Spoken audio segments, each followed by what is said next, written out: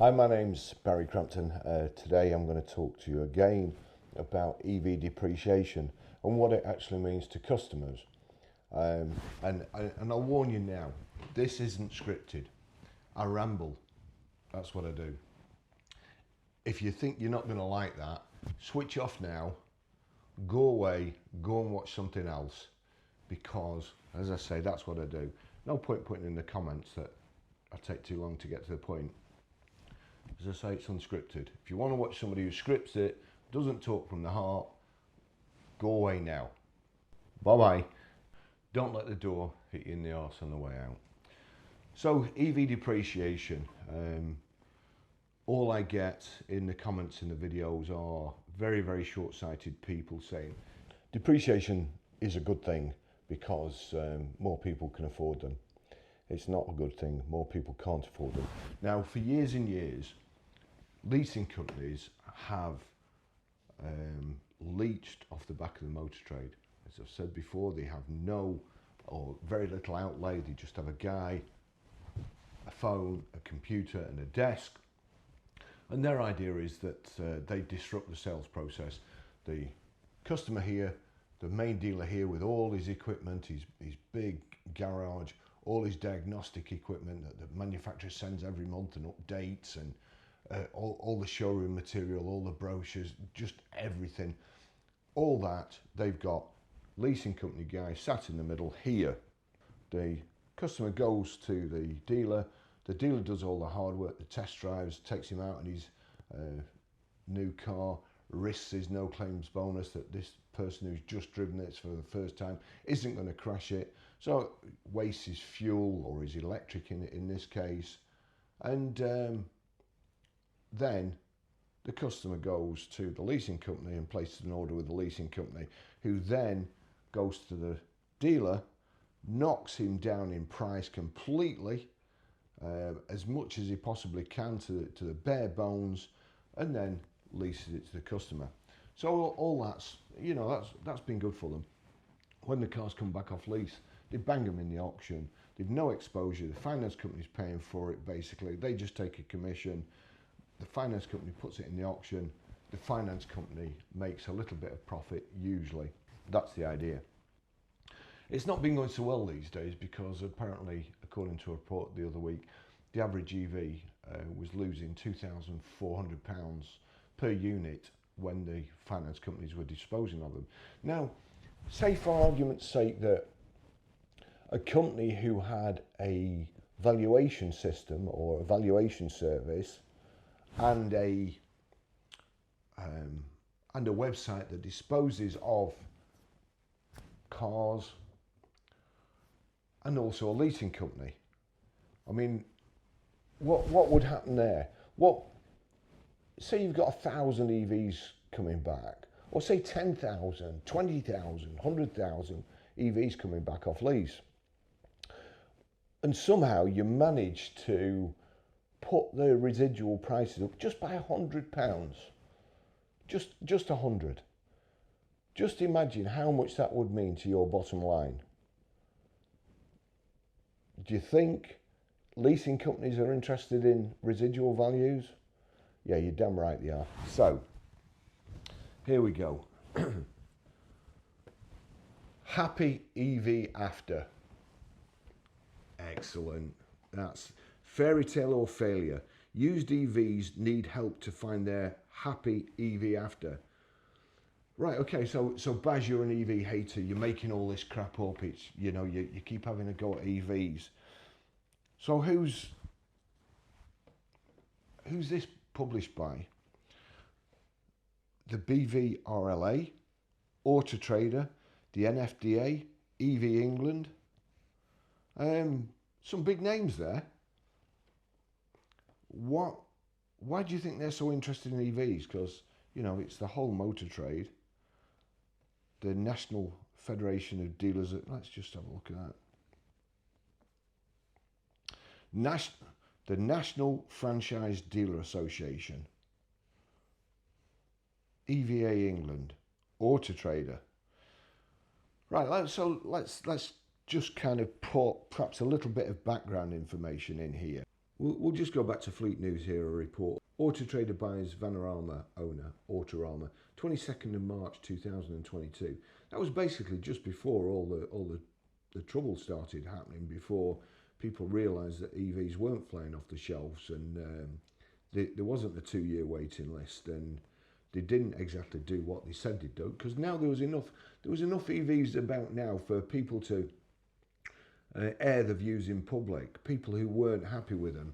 So, you know, they weren't cheap to charge. They were quite dear if you had to go to a charger outside. They weren't cheap to service. Things on them didn't last as long as the certain shills said they did. So here we go. Auto Trader has acquired the share capital of Autorama, owner of Vanarama, in a deal worth up to 200 million, subject to regulatory approvals. Now, my way of thinking, somebody who owns a website that values cars and sells them, I'm not sure it's a good idea for them to have a leasing company as well. I personally think it's a conflict of interest. You might think differently. Autorama, under its Vanarama brand, is a platform for aggregating leasing deals from multiple funders and OEMs, and has sold more than 120,000 vehicles to date. That's way back in 2022. So, say, for argument's sake, they've sold 500,000 now. From 2022 to now, most of them will be on a 3-year lease, and most of them will be coming back next year in 2025. No doubt, probably, the most of them will be in September. Now, the difference between the residual value now and hyping the residual value up in the future is going to be a lot of money. Auto Trader, which is understood to have paid 150 million in cash, then up to 50 million in shares based on performance over the next year for the business, says the acquisition will give it the opportunity to build on existing partnerships with OEMs, funders and retailers. Okay. It's also going to put a lot of dealers' noses out of joint as well, and I'll show you in a minute why. Furthermore, it says it will help meet the demands of the growing numbers of consumers who might consider leasing their next new vehicle. So everybody who goes on Auto Trader mostly sells new vehicles, doesn't lease them, sells them.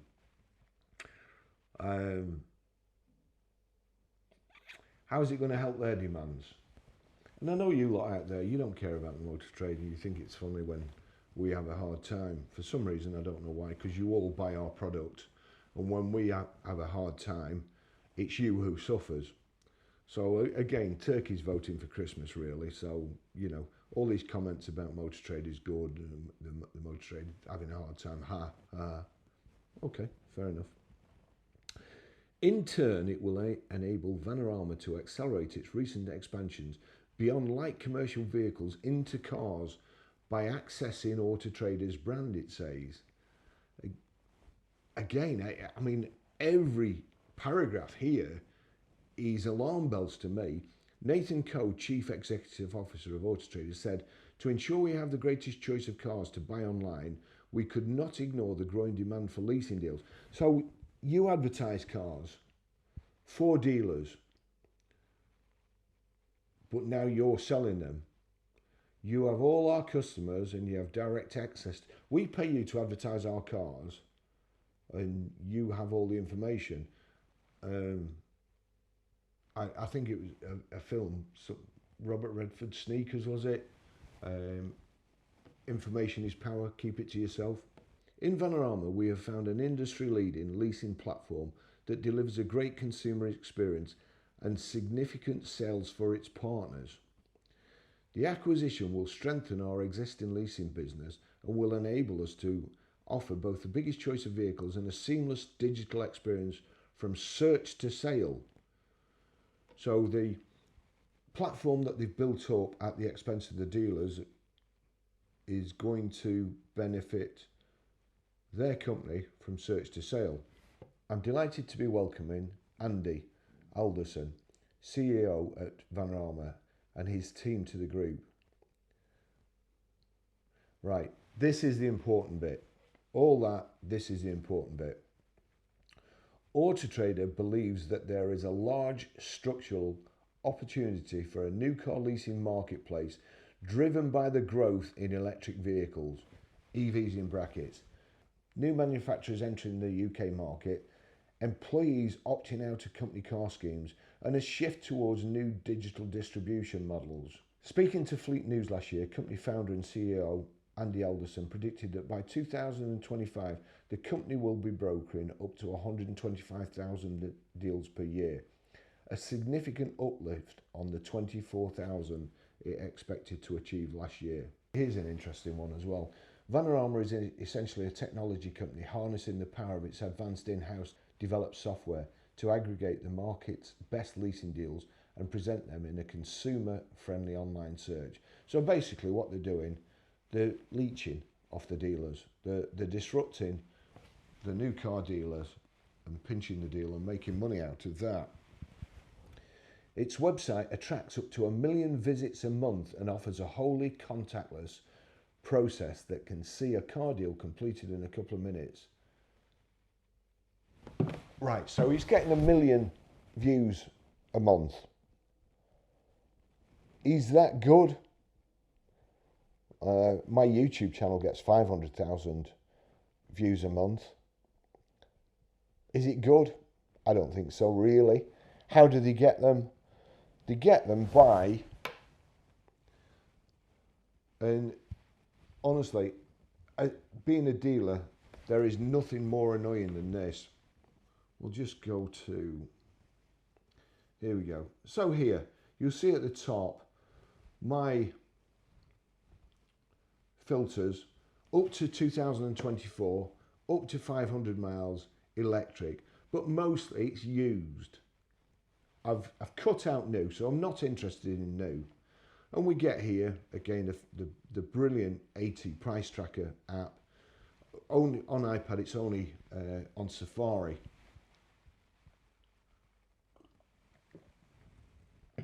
So me as a dealer, I advertise my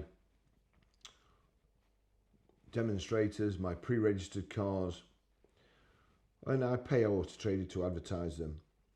I've specifically, an Auto Trader is all about the journey, making the customer's journey easy. They get people in every month, and they show them the adverts, and they ask them what they don't like to make the customer's journey easier and better, a better experience, a better sales experience. Because people, one of the things most customers say, they get sick of looking for a car. They're fed up of looking for a car. And when they actually get one, they're glad they bought it. They're not necessarily glad that they bought the best vehicle for themselves. They're glad it's over. They're glad that the actual process of buying one is over. So as we go down here, what we come across, you may also like, there's two at the bottom. You may also like, there's the Audi Q8 e-tron. Somebody's paid to have that positioned in front of you. And a lease deal ad, a lease deal. Now, I've not put lease deals in. I've put used vehicles, but there's a lease deal for a new. Now I'll tell you what, let's take it even further. Let's go filter and sort, make and model, any. So what am I advertising? Let's say, I don't know. We won't do so many. Let's say a Polestar. So search 146 vehicles. The first vehicle you see is an ad for Polestar 2. That's done 102 miles, 2024, 74. And then we go down, Polestar, all these Polestars, none even with a photograph yet. That's the state of the EV market. Oh, Marshalls have a photo there. And as we go down, oh look, there's a lease deal. So I've put in, I want a Polestar, a used Polestar. This is a brand new one, and it's a leasing deal. So again, who's the leasing deal by? reviews. Look at all that information, reviews. And then you've got, you may also like, why would I like a Cupra Born or a Citroen and Volkswagen ID when I've specifically put in a second-hand Polestar? Why would I like that? What algorithm, what person could possibly, you know, it's like, I don't know. You go into a suit maker. Hi, I've come to buy a suit. What would you like? I'd really like a three-piece suit, nice waistcoat, single-breasted, flares. You know, got to have flares. And the guy goes, "Oh right, okay, thanks. Well, here's some Levi's." You look at him and go, "Fucking Levi's? What planet are you from? What did I just tell you?" No, when you're looking for a car, there you go. You may also like. Now, I've got an excellent joke about the best salesman in the world. I might just tell it. It's a bit rude, but I might just tell it. So yeah. So Auto Trader has disrupted your customer search now and offered them a new leasing company. How's that fair? I mean, you tell me. I'm retiring. You tell me. Do you think that's fair? Perhaps all's fair in love and selling EVs, eh? So we'll just go back. So that's that. But now we'll go to, let's see, BVRLA, if I can. Electric vehicles, EVs are crucial for decarbonisation, but like any fairy tale, so EVs are fairy tales. This is, let's just go to the bottom again. Happy EV After by the BVRLA, Auto Trader, EV England and the NFDA, the National Franchise Dealers Association. Now that National Franchise Dealer Association, most of them sell petrol and diesels. EVA England, Electric Vehicle Association England, BVRLA, the British Vehicle Rental and Leasing Association. So we'll go to Happy EV After, fairy tale or failure. Used EVs need help to find their hashtag Happy EV After. Why do they need help? Superior technology. They've now achieved price parity on used. They're actually less. There's huge discounts off new. There's benefit in kind. There's all sorts of offers on them. Why do they still need help? Battery electric vehicles, EVs, are crucial for decarbonisation. But like any fairy tale, the journey is far from smooth. Our happy EV after ending is at risk. Why would it be at risk? Everybody's telling me EVs are flying off the shelves. Used EVs, 3 to 5 year olds are up 138%. New to 12 months old are up 52%. 18% penetration last month. So why? I don't get it. Is somebody lying? Let's go deeper. New EVs are costly and lose value far faster than petrol or diesel. Over the last 24 months, used EV values have dropped by more than 50%, an unprecedented decline. Values are expected to fall another 28% by 2030. We face a crisis. These are all the people who are telling you how good it is, how good EV sales are, and how cheap they are to run, cheap to charge, cheap to service. And there's a crisis. Crikey, I'm going to get splinters. Now, all you people that said depreciation doesn't matter, I lease my car. Boy, are you deluded.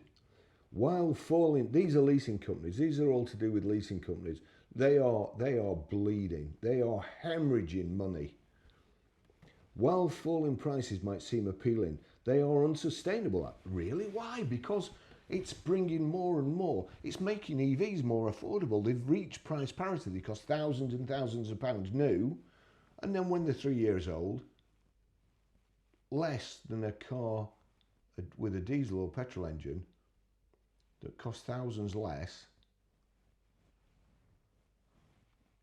leases are calculated on depreciation, a bit of profit and interest. How do they do them cheap lease deals? It's a mystery. While falling prices might seem appealing, they are unsustainable. Like the Three Little Pigs houses, a sustainable EV transition needs a solid foundation, a healthy used market. Strong used values make new EVs affordable. Strong used values make new EVs affordable because they've got a higher residual value, so the payments are cheaper. By 2027, the collapse of used EV values could result in over 290,000 fewer new EVs sold. The ZEV mandate ties the new vehicle market to EV volumes. So fewer EV sales will shrink UK automotive, impacting GDP, employment and carbon targets. Dealers are hesitant to stock used EVs. Consumers worry about depreciation and funders face significant risks. Automotive manufacturers, dealers and funders must invest billions in the transition to net zero while facing enormous losses. How can you be losing? Playing devil's advocate here, they're cheap. Leases are cheap to cheap. How can they be losing money? Are you people out there, are you stupid? Do you need educating? Do you need somebody to tell you how you're missing out and why you should have somebody like Mark, somebody like Colin at the climate in makes me laugh every time I say it, honestly. Whoever came up with that name, I'm talking about tongue in cheek, Climate Intelligence Unit. Climate bullshit unit. So on the right hand side, a dark and stormy future looms unless we act fast. We need intervention to boost demand in the used EV market, secure a fairy tale ending and achieve our climate goals for future generation. So our goals are for future generation. We're saving the planet for people who can't even walk from the car to put the McDonald's wrappers and shit in the bin. That's who we're saving the planet for. We're driving around in boring cars to save the planet from them when they can't even put the litter away. We're saving the planet so that when a comet hits us and blows the earth to pieces, we've got clean air, more oxygen. Now, when we used to do chemistry, if you put a taper into oxygen that was out, you'd blow it out, you'd light the taper, you'd blow it out. This was the experiment. Put it in oxygen and it light again. Combustion. So we're saving the planet so that when there is a big explosion, the oxygen will be so pure that the planet will blow up better. We'd be better off all running around in 5-litre blooming Mustangs and building up as much carbon dioxide as we can so the earth doesn't blow up. So what do we need to do? One, I would say number one is a priority. What you need to do is launch a public information campaign telling the truth. Start there. Let's see how you've tried telling lies. Now tell the truth. Let's see how we go from there. Number two, implement standardised battery health certification. Well, that's fair enough. However, playing devil's advocate again, do we do that on diesels and petrols? Do we give do we inspect the bores? Do we do compression tests? Do we do stuff like that? No, we don't. We don't. So why should they do it for? Why would you need it for EVs? There is a lot, there's a lot of anxiety about batteries, but everybody knows batteries. Mobile phone. I used to have an iPhone, and I had, in fact, Mophie juice packs for my old iPhones. The first iPhone I got, an iPhone 3 was it? I had 4 of these to get me through the day. I had to carry 4 of them Look, that's the size of a new 15. 4 of them to get me through the day. Now I've got this, you know, nothing. I've got a nice leather case for it. Because battery technology has got better. Everybody knows battery technology got better. Everybody knows it will get better and better. But if you buy an old diesel with 100,000 miles on, it's not going to be as good as a new diesel. Neither is a used EV. So why do you need to do that? You know, do you really think people are stupid? You know, really?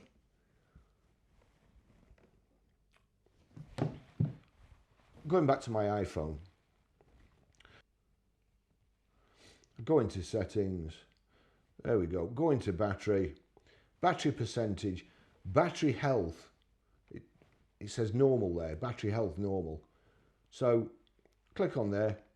Maximum capacity 92%. Cycle count 355. So it's been cycled every day since I got this, and it's now at 92%. iPhone 15 Pro.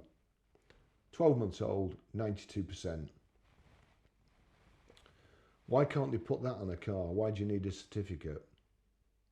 Why can't they put that so you can just, a customer on the dashboard? Perhaps they do, perhaps I don't know, but these people want a certificate. Number 3, provide grants for used EVs. Why? Why provide grants? They're cheaper than the equivalent diesel or petrol. If you put 2 cars side by side, take the Kia Niro for example, that's lost less money than an EV, way less. It's lost so much less that you can afford to run the diesel and go on a few holidays. The unexpected consequences of buying a diesel instead of the Kia Niro EV is that you can afford probably about 4 holidays, or at least 1 to Sandy Lane, or you can afford to buy a caravan and go on holiday every weekend because the diesel's held its price better. So why are we providing grants? Because they're already cheaper. Why would you do that? Yeah, somebody tell me in the comments, you EV shills, why? Why would you do that? Evil, you tell me, and you tell me, and I know, I've got 2 EVs myself. Superior technology, dead cheap to run if you can charge from home. I worked out, I think, that I was getting something like the equivalent of 229 miles to the gallon on that Jaguar I-Pace if I charged at home. Octopus Energy have just brought out a new plan for EVs, and it's 6 pence overnight charging for 6 hours, I think. You know, petrol and diesel cars can't compete at that. Why do you need to provide grants for used EVs? Cut VAT on used EVs for 4 years. Why? Why would you do that when the manufacturers are knocking virtually 40% off a new one? How cheap do they have to be? You know, you get salary sacrifice. Again, I've even signed up to Octopus EV's EV plan or their EV scheme. I will, if somebody buys an EV using my link, I'll make money. If somebody buys an EV using my Octopus Energy link, affiliate link, I'll get 50 quid. You'll get 50 quid off it. I'll get 50 quid. And it's cheaper. You'll then be able to charge your EV at 6 pence per kilowatt hour. Why do you need to cut that?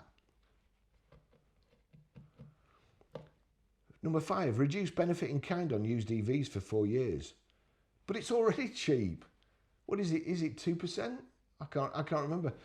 When I had my Mercedes-Benz, when I was sales manager, the benefit in kind on my car was £587.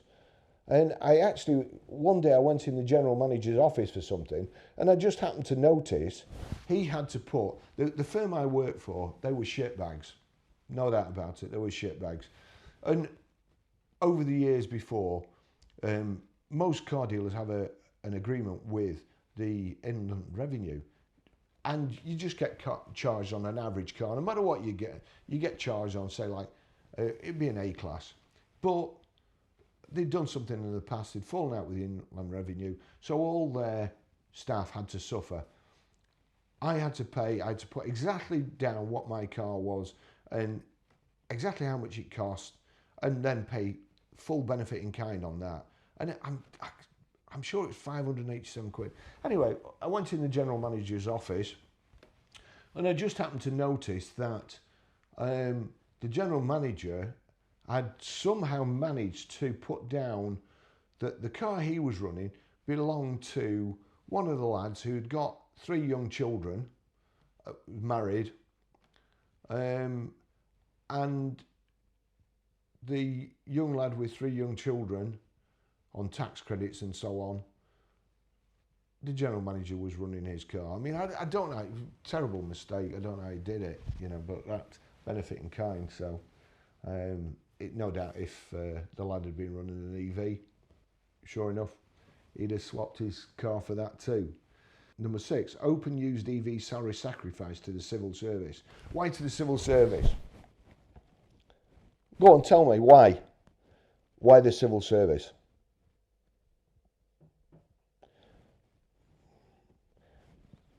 Don't they all work from home these days? What do they need an EV for? To drive to the shops?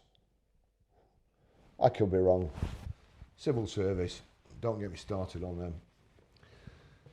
So then we go on to the next one.